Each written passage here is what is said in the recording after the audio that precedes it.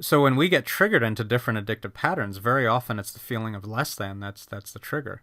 Maybe someone you're attracted to doesn't reciprocate or doesn't pay attention to you or seem to respect you in the way that you might want, or maybe someone else got the promotion that you wanted. Now, very frequently, these events trigger the feeling of less than in us, and then the feeling of less than triggers another addictive pattern.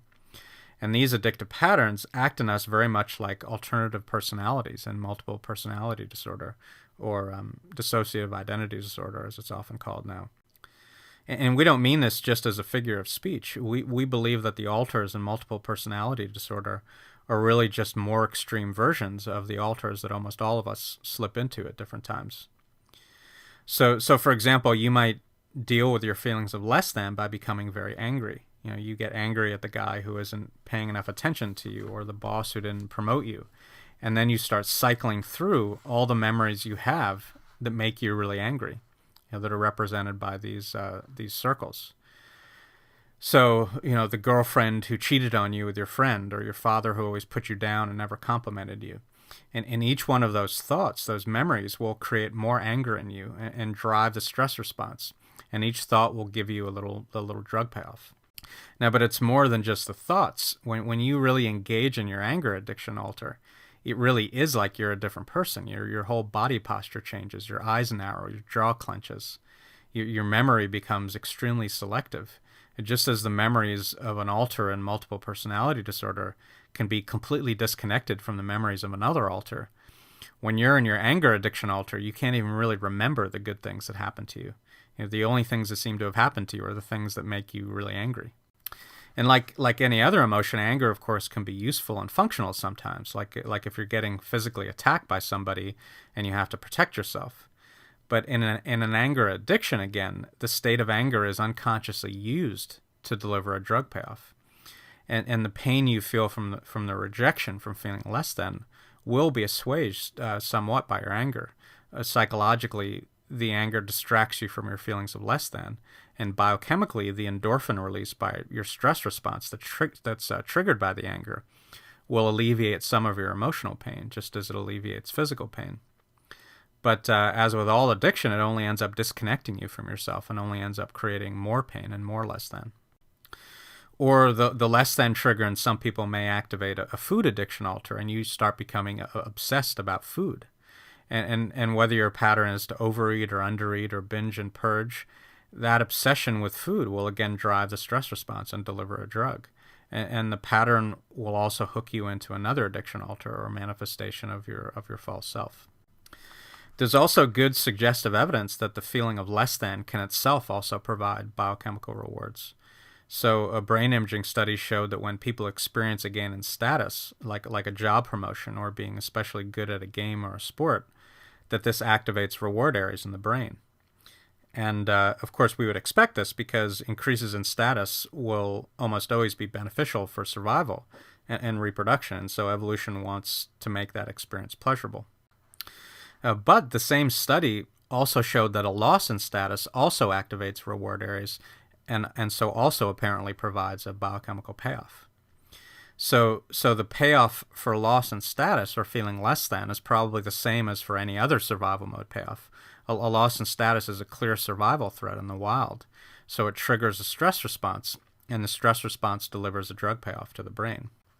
So the feeling of less than can create another kind of alter and can become an addictive pattern in itself.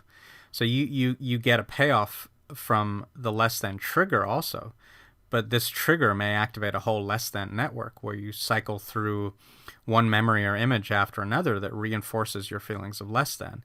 How you were never able to attract the people you really wanted, how you were always one of the last people to be picked for touch football, how your parents always liked your brother or your sister more than you. So, this just becomes another addiction alter. Now, one of the main things we aim to do with our therapeutic method is to create what we call neural antibodies.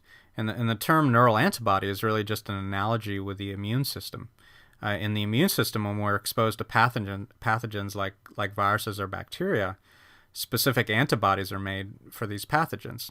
Then if we're exposed later to the same viruses or bacteria, we have specific antibodies that will attach to the virus or the bacteria and will assist in killing the pathogens and expelling them from the body. Now, similarly, a neural antibody is a thought pattern, whether cognitive, emotional, or preferably both cognitive and emotional, that reinforces some truth. Because remember, the truth will always dissolve any addiction or addiction alter, since addiction is always based on some lie or illusion or false story of some kind. There's never been a good, true reason to cause ourselves unnecessary pain and distress, and there never will be a good reason. And a lot of what we do in our therapy is to create powerful neural antibodies that, in effect, intercept and neutralize specific triggers that help deliver you back into homeostasis and your true self, rather than allowing you to be triggered into one of the addiction alters that constitute your false self. Now, I'm just going to give a fairly quick overview of some of the general features of our therapeutic method. Our therapeutic method courses will go into much more detail about all of these components of the method, but this, again, is just a fairly quick overview. Now, one of the main focuses of the therapeutic method is conveying and then working with the idea of source pain addiction and compensatory addiction. This is really one of the keys to the whole method. So we try to identify the client's main source pain addiction, which will also be related to their primary emotional addictions, which in turn are derived typically from extremely painful childhood traumas. And then the compensatory addictions are now used to try to soothe or distract from the source pain.